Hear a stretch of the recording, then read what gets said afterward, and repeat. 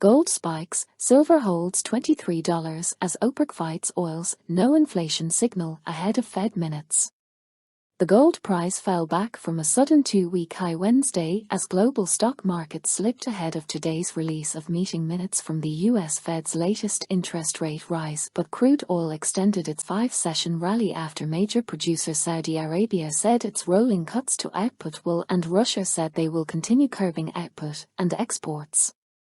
Silver prices, in contrast to gold, held onto a 2.2% jump, slipping just 10 cents from its sudden two-week high of $23.30 per troy ounce. Tools in our kit are working to overcome exaggerated negativity emanating from market traders, said Saudi Energy Minister Prince Abdulaziz bin Salman at the OPEC Oil Cartels International Seminar in Vienna today. Rising to $77 per barrel of Brent crude as U.S. traders returned from yesterday's 4th of July holiday, oil has since the start of May traded in a $7 range above $71, a level previously seen at the end of 2021. Powell maintains his stance and gold drops every time he says so, says a note from bullion market specialist Roner Connell at broker StoneX of the Federal Reserve's chairman, repeating again last week that he expects the U.S. central bank to raise and keep interest rates higher for longer to defeat inflation. Certainly no inflationary signals are stemming from the commodity space, says Swiss refining and finance group MKS PAMP strategist Nikki Shields, pointing to the steep year-to-date losses in raw material prices. Over the last half-decade, five-year market-based inflation forecasts have shown a strongly positive correlation with US WTI crude oil prices, reading 46% on the R-squared coefficient of 52-week prices. Wednesday's action saw crude oil down 13% so far in 2023, US natural gas and corn down 25%, wheat 18% and aluminum 10%, but copper is now unchanged from New Year, albeit 12% below February's high.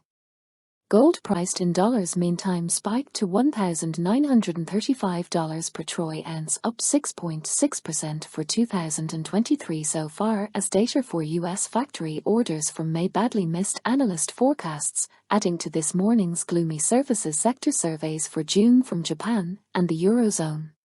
But the gold price then fell hard into the London afternoon benchmarking auction, dropping towards $1,920 to erase most of this week's prior 1.2% gains to date. Despite this week's rally in energy prices, extended by Monday's news of Saudi Arabia continued to curb output into August while Russia cuts oil exports, crude remains $3 per barrel below where it was immediately before the OPEC Plus cartel first announced a joint output cut of 1 million barrels per day back at the start of April. As the global oil central bank, we attend to our mission, tweeted Prince Abdulaziz earlier today. And we still have more tools in our kits. The price of crude oil briefly went negative during early 2020's first-wave COVID crisis as a price war between Russia and Saudi Arabia compounded the collapse of global demand resulting from pandemic lockdowns. Oil last year then surged towards its record 2008 peaks above $135 per barrel after major producer Russia began its latest military operation against Ukraine. Natural gas contracts for August 2023 have now rallied by more than 40% from start June's 21-month lows, but remain at barely 1/10th last summer's peak to the Russia-Ukraine peak. Gold is struggling to maintain strength, says a note from analysts SFA, Oxford, produced for German bullion refining and technology group Heroes, as market uncertainty from the U.S. regional banking crisis in May has dissipated. Platinum prices on Wednesday held onto their 2.8% bounce from last week's new 9-month low, rallying back above the $900 level.